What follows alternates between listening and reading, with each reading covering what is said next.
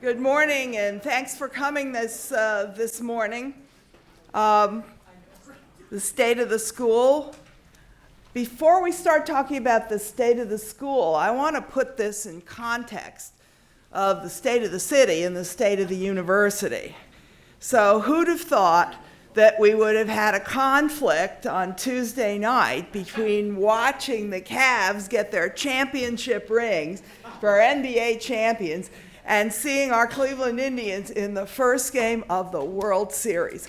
Who would have thought? You know, it's been a great year in Cleveland. It's been a great year because the culmination of all that renovation downtown with $50 million put into Public Square and $16 million put into the theater district. Boy, we hosted the Republican National Convention, and the outside of Cleveland looked fabulous, absolutely fabulous. The interior of the convention, well, you can draw your own conclusions. But certainly the order and the positive sense in the community during that convention was really something. After dire predictions of riots in the streets, the worst casualty was a guy who was trying to set the American flag on fire and succeeded in igniting his pants. Not that wasn't a casualty, but. So, you know, Cleveland has really had a wonderful year, and even the Wall Street Journal said we're going to have to revise our identity crisis. You know, we're going to have to, we are winners, and we got to start thinking of ourselves as winners. So that's a great thing.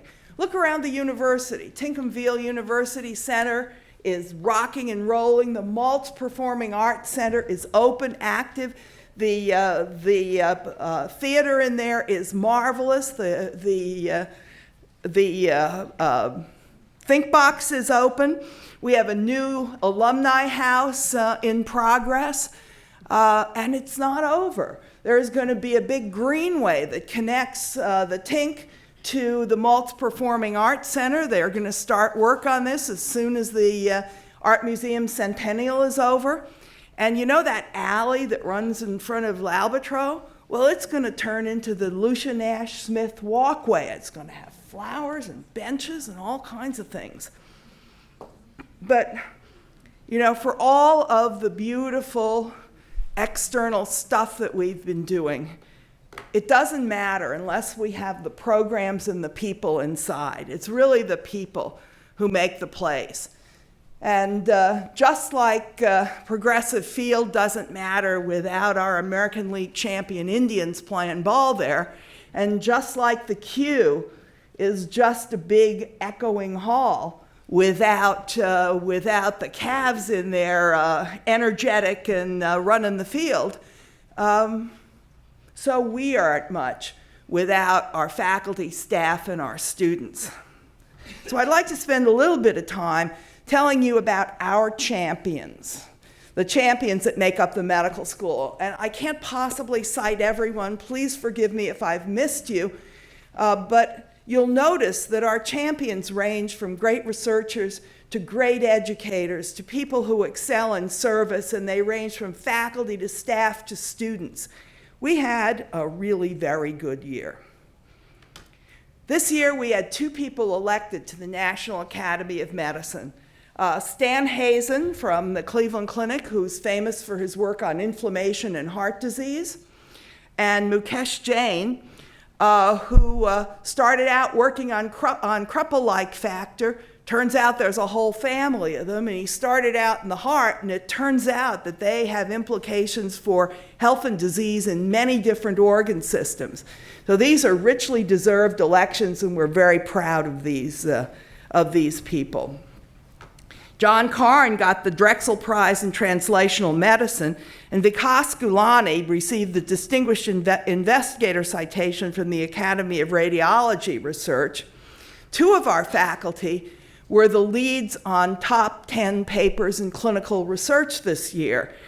Sandy Markowitz for his work on colon cancer genetics in African American populations, and Jackson Wright for his remarkable landmark study on SPRINT, on hypertension, and how tight control can help in hypertension.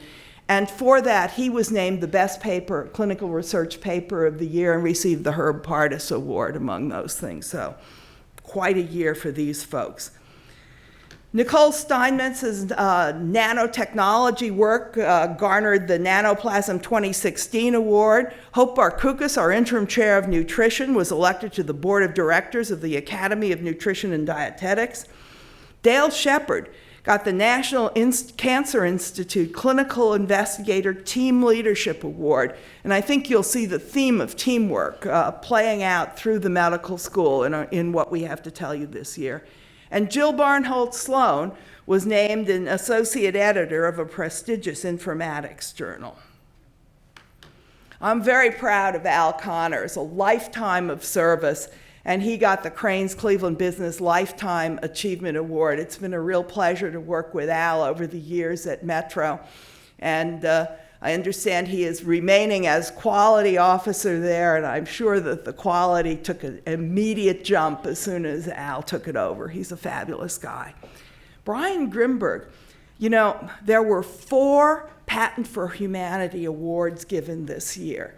And these are things that, in the judgment of the committee, will make a difference for humankind. And Brian's patent on on-site rapid diagnosis for malaria was one of them. He was the only one who was from an academic institution, and there were more than 600 nominations and competitors for that. So congratulations to Brian, and let's hope they're right. It makes a big difference for humanity. Marshina Murray in our Department of Psychiatry received the Early Career Psychology Diversity Award. Erica Trappel, the Public Health Policy Award from the Ohio Public Health Association, and Mark Griswold, for his remarkable work in the HoloLens, received the 2016 Jackson Hole Science Media Awards. Mark's team has been doing remarkable work on the HoloLens and the Interactive Commons. I commend it to your attention. He won in the immersive virtual reality and augmented reality category, and the other 2 finalists were Google and David Attenborough. Not too shabby. At the university level, Chris Palczewski was named a Distinguished University Professor and received his medal at Convocation. Michael Letterman, the Distinguished Research Award at the university level, and Jackson Wright received the School of Medicine Medal for Health Science Innovation, which is the highest award that we give, and we gave it once a year. We gave it in September this year. And I must say that I have maintained my perfect record of surprising every one of the medalists. Am I right, Mark? Thank you. On the education side, Nick Zayats and Tom Kelly received the Riccinati IQ Facilitator Award. So a wonderful award for excellence in small group activities, which is really the core and the backbone of our curriculum. And Amita Goel got the Tom Matee Foundations of Clinical Medicine Award. If any of you remember Tom Matee, he was an exemplar in taking care of patients in an interdisciplinary, interprofessional manner. And any award with Tom Matee's name on it is one for solid excellence in clinical medicine and teaching. We have some new leaders among us. Jeff Collar is the director of the RNA Center. Gautam Rao came to us from Chicago to chair the Department of Family Medicine. And Matthew Lester came to us from Arizona to become Senior Associate Dean for Finance. A number of people were named Assistant Deans in the education group. Colleen Croninger, the Assistant Dean for Research Education.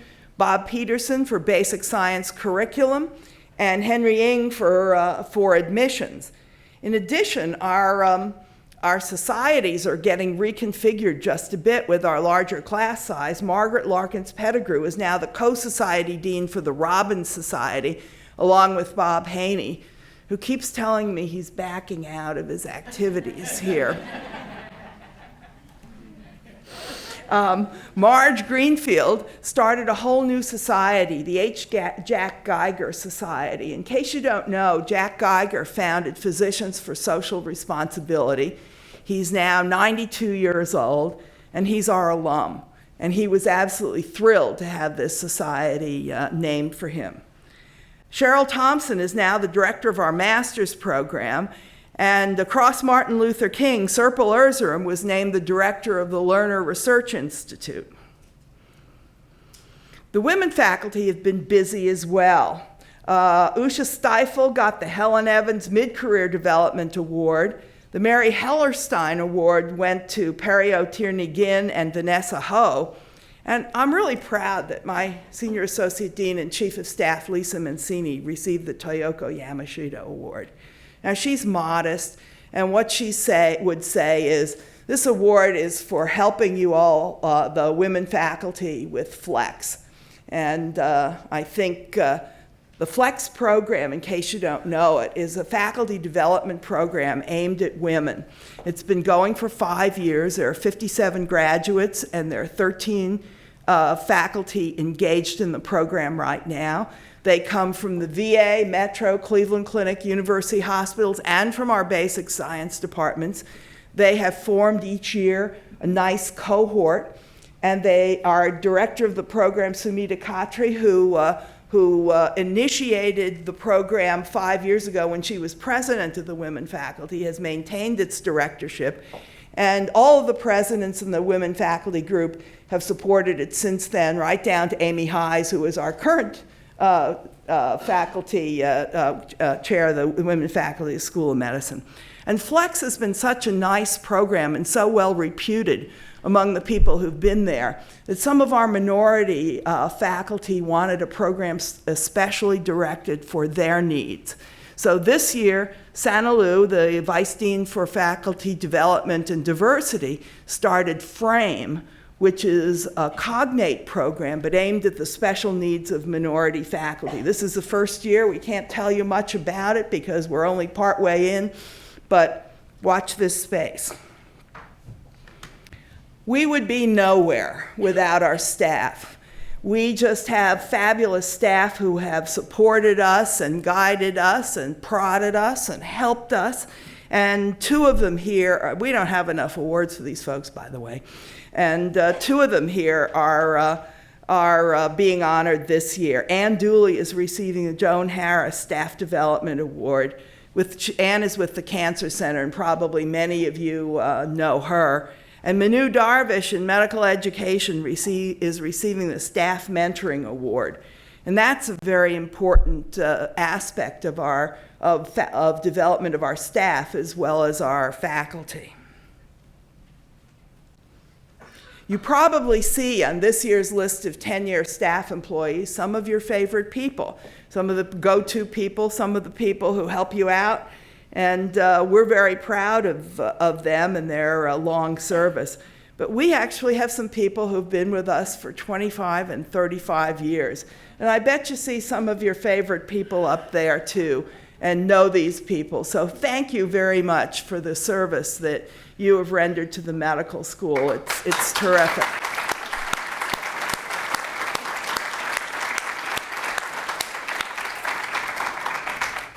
This year we had 18 faculty achieve the Emeritus rank. Thank you for your time here. Thank you for your leadership, and don't be a stranger. I wanted to show you a little bit of how we've been seen in the media this year. We've complained a lot that we don't get enough mentions. Well, this year we're starting to get some mentions, and we're looking good.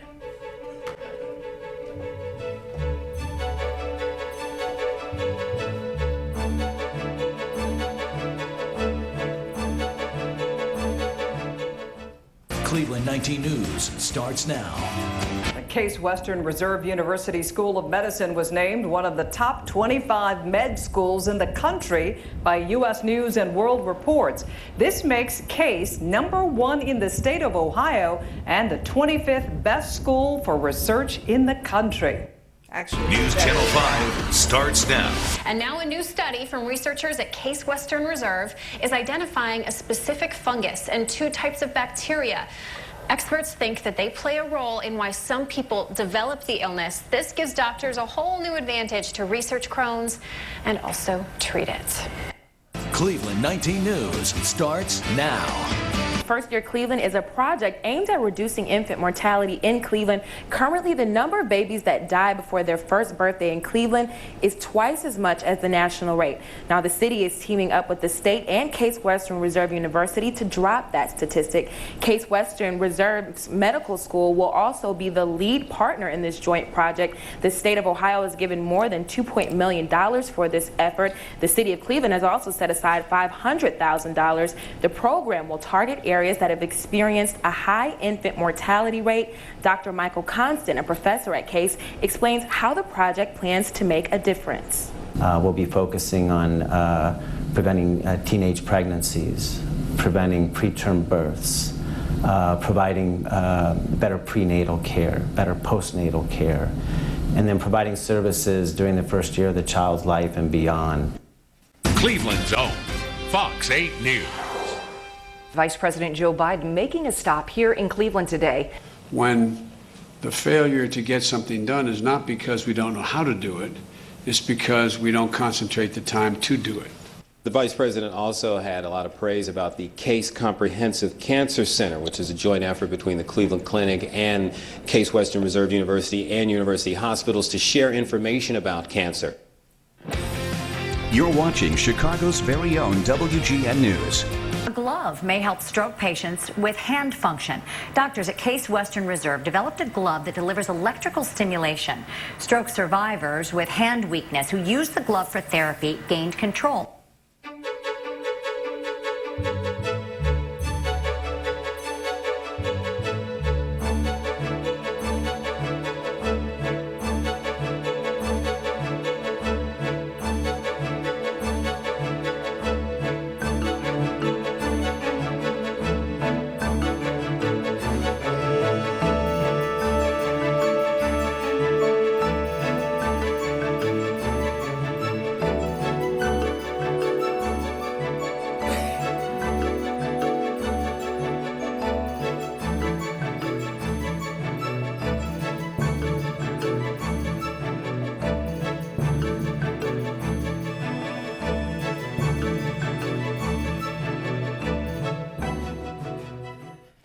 So I would be remiss if I didn't, in our background discussion, talk about the new affiliation agreement with university hospitals. When this came up in the ordinary course of the 10-year review that takes place, it became clear to both the university and to university hospitals that we needed more flexibility than had been envisioned in the initial agreement. And the world is changing very rapidly, and we need to be able to move and make partnerships and do things that perhaps were constrained in the old agreement. So we forged a new agreement, and some of the features of that are that University Hospitals on this campus becomes University Hospitals Cleveland Medical Center, not Case Medical Center. And University Hospitals is not a primary affiliate, but an affiliate. We do not change the educational relationship between our institutions. All of the spots for our students and all the teaching of our students is the same under this agreement at University Hospitals and indeed at all of our other affiliated hospitals. But there is something of a change in the research relationship. As of September 1st, university hospitals may apply independently for certain kinds of grants that didn't used to be available to them. However, the university is the sole grantee for NIH, NSF, Department of Defense, and Department of Energy. And there are some financial consequences as well that we'll talk about later. But what this allows us to do is to create a new clinical research ecosystem and to be able to look at Cleveland as a whole and talk about how we want to advance research across the whole city. This is a real opportunity, and I think that our fellows in the community, the individuals who sit in the community see this as essential. When we talk about restoring the Rust Belt, they talk about meds and eds. And meds and eds are exactly the intersection at which the medical school sits. So we have great opportunities here, and we will see how those evolve. So before I start launching into facts and figures, let me remind you of our mission. Basically, we want to be the best in the world in educating new physicians and in educating scientists. We want to make sure that the great discoveries that occur in our laboratories, if it's appropriate and if it's feasible, get carried forward to patients, to benefit patients. After all, that's what we're about. And we really need to be working on the health of the community. It's a serious deficit in Cleveland, and we'll talk a little bit more about that, but we must be engaged in that. So on the education front, our medical students continue to be fabulous. Last year, the applications were up 18% to over 6,600 applicants for our 208 spots. You can imagine the dilemma of our admissions people just to get it down to the 1,200 or so students that we interview. And you can imagine the dilemmas that occur as we try to select a class from that. There are many, many wonderfully qualified, terrific students that we cannot accept. We simply do not have room. Now, the admissions office tells me that this year compared to last year, we're 14% above last year. This is good and bad news. But the rate of increase of medical school applications across the country is about 4% each of those years. So we are picking up a bigger share of the applicants, and we are very attractive to medical school applicants. Once they get here, they do very, very well. Our USMLE scores, especially step 1, are shifted to the right on the bell curve of results for the country. They do very, very well. Our students pull in a great many wonderful awards. Last year we had 6 NIH Medical Research Fellowships, 4 Hughes, 2 Fulbrights, 1 Sarnoff, and 1 AMA Minority Award. Not too shabby for one medical school. In addition, the class of 2016 really liked us. They gave us a wonderful review in the graduation questionnaire. And if you were going to do it in any year, the year entering into our LCME reaccreditation was definitely the year to do it. Thank you, class of 2016. Speaking of our accreditors, the Liaison Committee on Medical Education is coming in its regular cycle, its regular 8-year cycle. We have the mock site visit at the end of January, the real site visit in March. Pat Thomas has it well in hand. She didn't really need to buy a bag of pins that say keep calm, carry on. And we're prepared. And thank you for those of you who are coming to these mock site visits and the real site visit. It's important. It's important that we show ourselves to be excellent as we know we are. And thank you thank you in advance for your participation. We really are a pretty innovative school with respect to education. This is the second year for 2 new pathways, the Mandel Wellness and Prevention Pathway and the Humanities and Social Medicine Pathway. Hope Barkoukas is the director of the Wellness and Prevention Pathway, and Susan Stagno, the Humanities and Social Medicine Pathway. They are both very popular. I learned something from Hope, and that is that she surveyed all of the medical schools in the country and looked around at wellness curricula. There is not a single medical school, well, now there's one, that has a comprehensive, evidence-based wellness curriculum. And when we say comprehensive, we're talking about nutrition, exercise, and resilience or stress management. There is not a school that has an evidence-based curriculum in that until Hope put one together. So this is a pretty exciting pathway, and I think it is very forward-looking. Of course, the urban health pathway is still going, and I'm particularly proud of our efforts in interprofessional education. I went to the National Academy of Medicine meeting this year, and I went to the Education Interest Group. We heard a lot about interprofessional education. Golly, we are on the forefront. Now, helped by the Macy Grant, which is supporting our pilot programs in interprofessional training in the clinical arena, this is really very much on the cutting edge. And we may not have solved all the problems, but we're working on them, and I'm sure that after the initial experiments, we'll make improvements, and we should be out there with things that many other schools are only dreaming about. So this has been a great program. There's renewed focus on strengthening the PhD program. The basic science chairs have taken this under their wing, and Walter Boron is particularly taking the lead in managing those programs, and we're looking forward to seeing what occurs. I'm proud that our physician assistant program admitted its first 24 students this year. This is terrific, and we're looking forward to their success.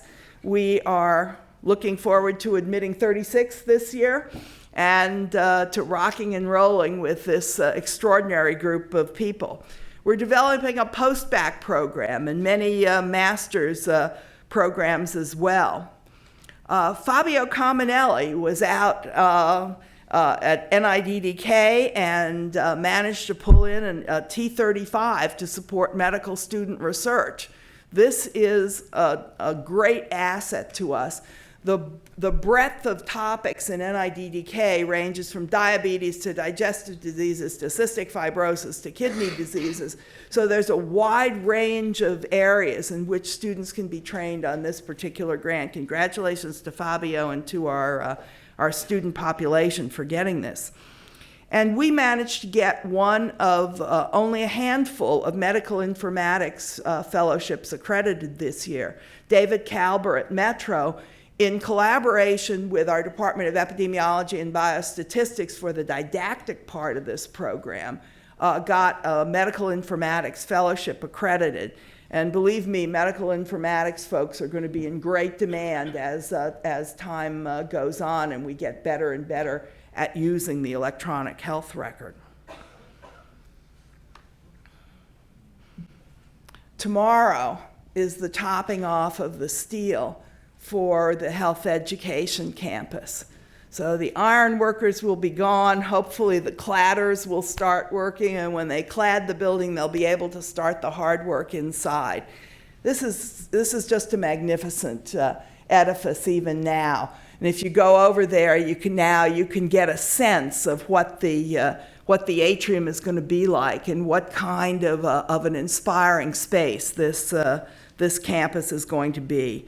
It will be shared with nursing, dental, and with our PA program. And you can see there the white struts for the roof that were transported intact, cut, and then reassembled on the roof itself, re-welded together. It's just a remarkable structure. If we move on to research, we've had a very good year. We have a great deal of wonderful team science going on, and the teams are not limited to Case Western Reserve, but they are national and international teams that are making important contributions. They're getting published in great places.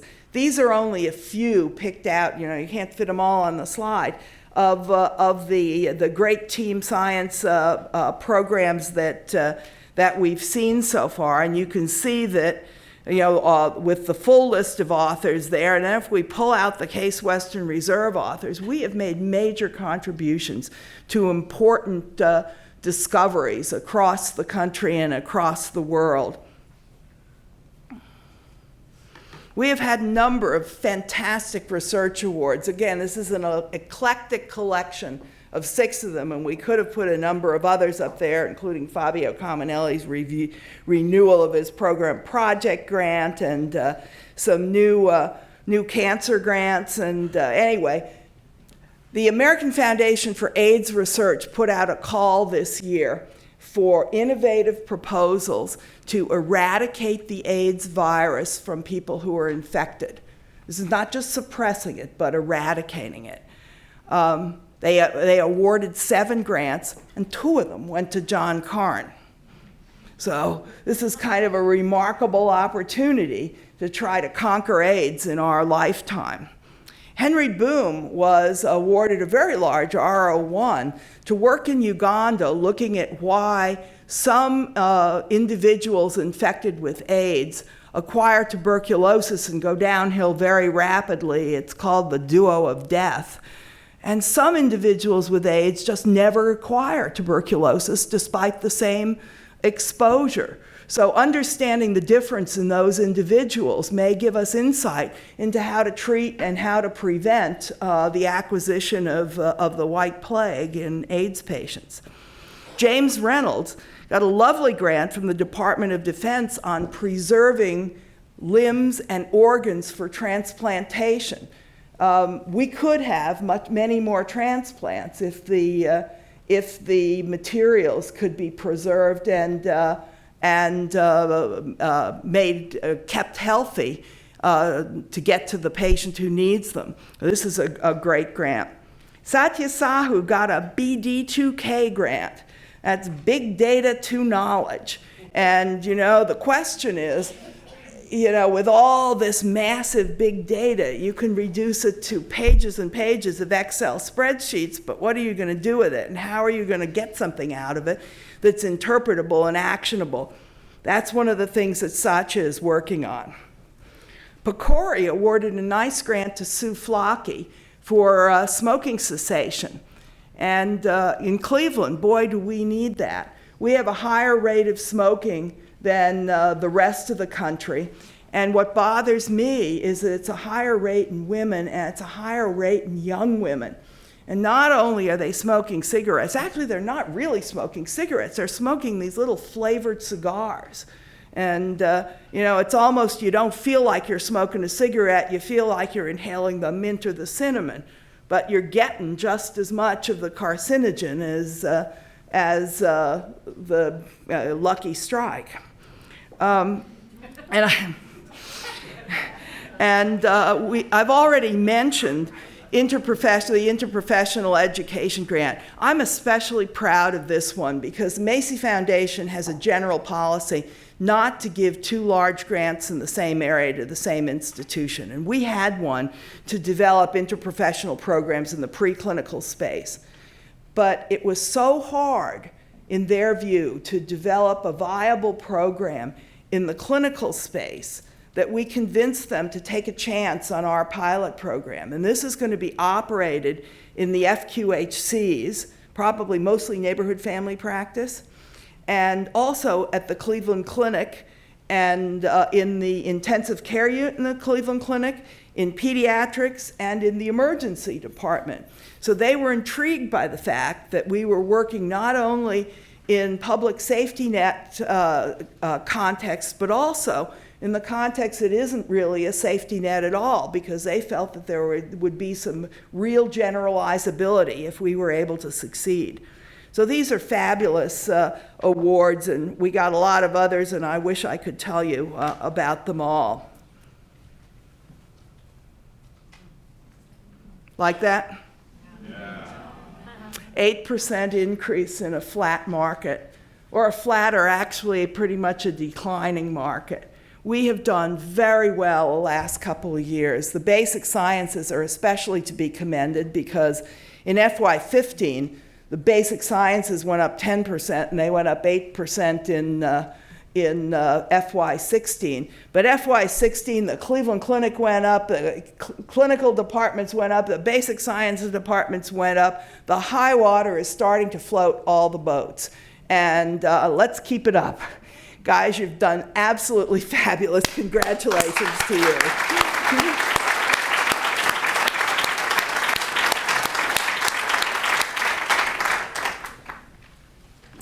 We've also done very well in support from foundations and from industry. These are very important because they get us started and they fill in the blanks. And, you know, we love seeing the substantial amount of research support that we see from this. Now, the previous slide took in all of our NIH funding. This funding is only for UH, CWRU, and Metro, I believe. So the clinic probably has its own good news story to tell on these things. One of the things that we've been doing over the last 7 or 8 years is providing bridge funding for individuals who have a near miss on their grant renewal. Over the last 5 years, we've invested about $7.3 million, about half of that directly from the School of Medicine, the other half from the departments who endorse these programs. We've had 93 applicants, of which 74 were supported. And of those, 2/3 got some kind of follow-on funding. Now, only about 25 of those actually renewed the grant that was at risk, but the follow-on funding is very important in helping people change direction and move forward in their research program. So I think this program has done well by us, and congratulations to everybody who's worked his tail off to get his follow-on funding. Finances. You've heard me say before, no money, no mission, so we do have to talk about this. So since 2011, we have had a small but secure surplus. It's ranged from $22,000 to $2 million. But we have been able to hold our own in all of these years. I have to tell you that with the loss of funds from university hospitals, we are going to have to use our retained surpluses to break even this year, and probably next year as well. But we should come back into equilibrium without additional help by fiscal 19. In addition, we are not going to use up our retained surplus. The university has guaranteed to replace it, and the university has guaranteed to help us with some of the new initiatives that I'm going to tell you about later on. So we're going to have to work hard, but you know, you see the 2007, 2008, we're no strangers to doing that. But we are going to have help from the university this time, and we are going to have the benefit of a high degree of momentum in our NIH funding, in our foundations, in our industry funding, and tremendous momentum in our educational programs.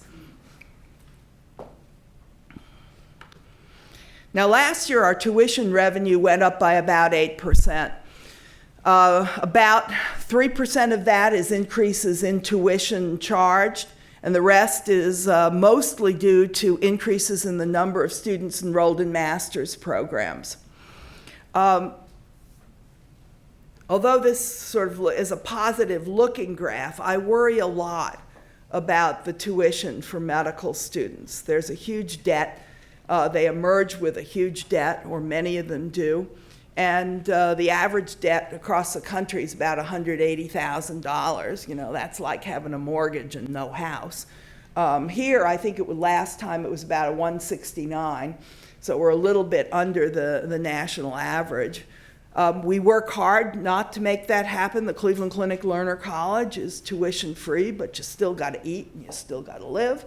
Our MSTP program is fully supported and stipended, so that is a good thing. But we don't like having the students in the university program having to decide on a specialty or having to be thinking more about how they're going to pay their debt back than they are about their professional development.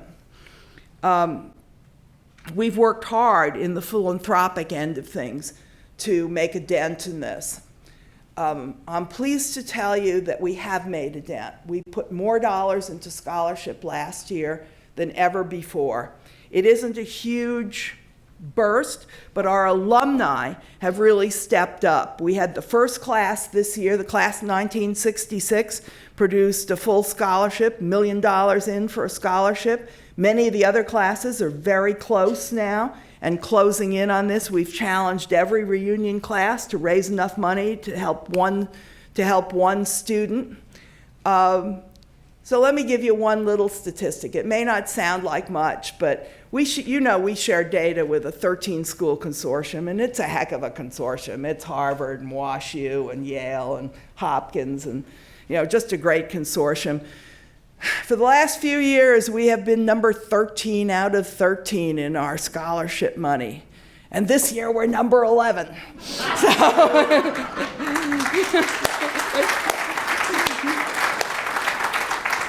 So we have been putting more money into that. It isn't enough. We're working on it. We want to be in the middle of the pack. I don't think I'm ever going to touch Harvard, that has a $4 billion endowment for the medical school alone, but we're going to get there. And we're going to get to be able to help our students better. So while we're talking about philanthropy, this was a pretty good year. In fact, this was a very good year. So cash here is exactly what you think it is. It's cash, cash on the barrelhead. We had several large pledges fulfilled this year, and some of them go to the building, and some of them are otherwise have funded professorships and other things earlier than the agreed timetable. Attainment is everything new that we've been promised this year, that we've either taken in the door or pledged, or if you're old enough, an estate commitment. We don't count it if you make an estate commitment and you're 35. Going to be too long a timeline. We'll get it eventually, but we're not counting that. Now, it may seem to you that 66.7 million, if that's a lot of that is pledges, is funny money, but it's not. We have an extraordinary record of pledge fulfillment. Over 98% of the pledges to our medical school and to Case Western Reserve are fulfilled. So sooner or later, this comes in. And congratulations to Carol Moss and her team. We can use every nickel, and I'm particularly pleased that we were able to generate the scholarship money and new endowed chairs for faculty, some of which will be invited to the chairing ceremonies in the next few months. Community. We do not have a healthy community, and I'm particularly worried about the kids. Our infant mortality rate is 2.5 times the national average. It approximates that of the Gaza Strip. It is a shameful thing, and this is, as Ed Jackson would say, in the very shadow of some of the world's best medical care. It's simply not okay.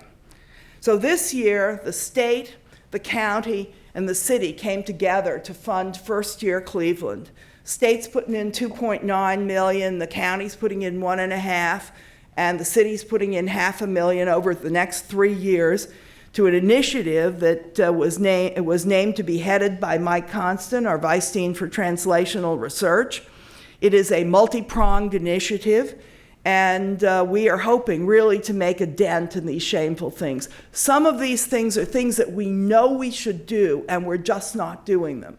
And the other charge that I made to Mike, and I'm hoping the county and the state and the city are listening, is how are we going to make this sustainable? Because some of the things that we know work here were discovered 20 years ago in terms of nurse practitioners, community aides, support systems for pregnant women in the community who don't have other kinds of support systems.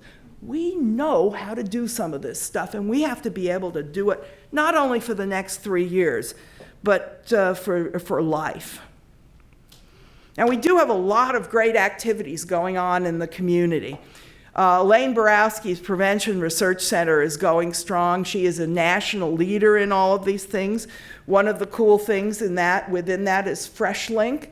figuring out how to get fresh fruits and vegetables to folks in the inner city when there aren't any stores there to go and buy them from. And some of it is the farmers markets and a prescription. You can go to your doctor for some of this, get a prescription, and if you have a participating farmers market, they'll fill it. And they'll turn in the prescription and get reimbursed from another source. There are all kinds of ways that are being tried out. We have to figure out how to do this. The impact study is studying obesity in middle schoolers, comparing 3 behavioral interventions to see which works best, and also seeing whether the marathon program, the We Run This City program that we've talked about before, matters or not. So the kids are randomized by school in the inner city, and then within that by marathon school or non-marathon school. Food Nest is a grant that is shared by Ohio State, University of South Carolina, and Case Western Reserve, looking at the best mechanisms for getting healthy foods into inner city neighborhoods. I'm particularly pleased that we have such a role in the Cuyahoga County Community Health Improvement Plan called HIP-C. It is co-led by one of our faculty, Heidi Gullett. Heidi has been embedded about half-time in the Cuyahoga County Board of Health and has forged a lot of connections there. HIP-C represents a consortium of over 100 medical and community organizations. So it's basically all the hospitals in the city, the universities, and many community organizations that came together. They spent 18 months figuring out what they wanted to do. The only area that we are not leading is the elimination of structural racism. We are leading the connection between public health and clinical care, which has often been a chasm where things drop through. That's being led by Heidi Gullett. Erica Trappel from the Prevention Research Center is leading the healthy foods and places to play for the kids. And Rita Horwitz, who's part of our Better Health Partnership, is leading the chronic disease control portion of this. Ash Segal runs the Center for Reducing Health Disparities out of Metro. They are focused on disparities in renal disease. And we have the Horizons program and the Robbins Bridge program that are directed at health education in the high schools and also at inspiring students to aspire to health professions careers. So where are we going? Well, some of our programs are already on the road and headed for the horizon. The Cancer Center has been there for a while and continues to have a great deal of forward momentum. 3 years ago, the Institute for Computational Biology was formed, and it is gathering steam and momentum, and I have every expectation that that will also push forward. Our work on inflammation and infection, the Global Health Program, the Inflammatory Bowel Disease Program, and the Multiply Resistant Bacterial Conquest Program, all these things coming together are pushing to the new horizons. But I wanted to highlight 3 areas for you today. The Brain Health Initiative is very active, actually initiated by Tony Furlan and Mark Smith when he was alive. This is a program that started out focused on Alzheimer's disease and has emerged to be a comprehensive program directed at brain health. And it started out as a very localized program, and with the infusion from a gift to Tony of $1 million for pilot programs, this has spread across the city. Metro, the VA, University Hospitals, and the Cleveland Clinic have agreed to collaborate on this. We are out now hiring a director. The 4th of 4 finalists is here today for his 2nd visit. These are absolutely fabulous people who are coming through. And we intend to focus on neurodegenerative diseases, on autism, and on the restoration of function to paralyzed patients. There's a great deal to do in this space. It is ripe for picking in the research area, and I think this is going to be a major effort. I've told you already a little bit about the community health and the emphasis on the pediatric population. I'm pleased to tell you that the Better Health Partnership, which has been so successful in improving both process and outcomes of care in adults, is now extending its work to pediatrics in childhood obesity and in asthma. I've told you about some of the other programs that we're doing here, but this is going to gain momentum over the next few years, and it must gain momentum. As the twig is bent, the tree inclines. If we lose another generation of children in Cleveland, shame on us.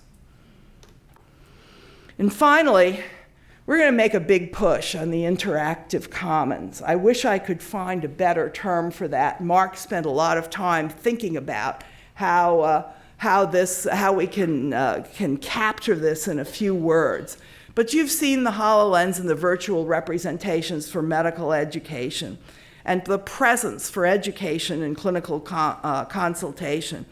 The imaginative ways that we interpret radiologic imaging. But I think the most intriguing piece of this is the visualization of big data. You know, how do you take all that stuff and make it into something you can think about and you could make it actionable? To see Mark take data from, for example, energy utilization in buildings and put it in a picture in front of you in the HoloLens is truly remarkable. We need to do this for cancer. We need to do this for heart disease. We need to do this for our community programs. And this is going to be, I think, extremely important for us as we go down the road in the future. It's been a good year. We're all about curriculum, collaboration, community, and cures. And this year we have seen new beginnings. We've seen collaborative ventures, and I hope you'll agree with me that we are looking forward to a great deal of growth and to a bright future. I hope you're on that road with me. Thank you for your attention.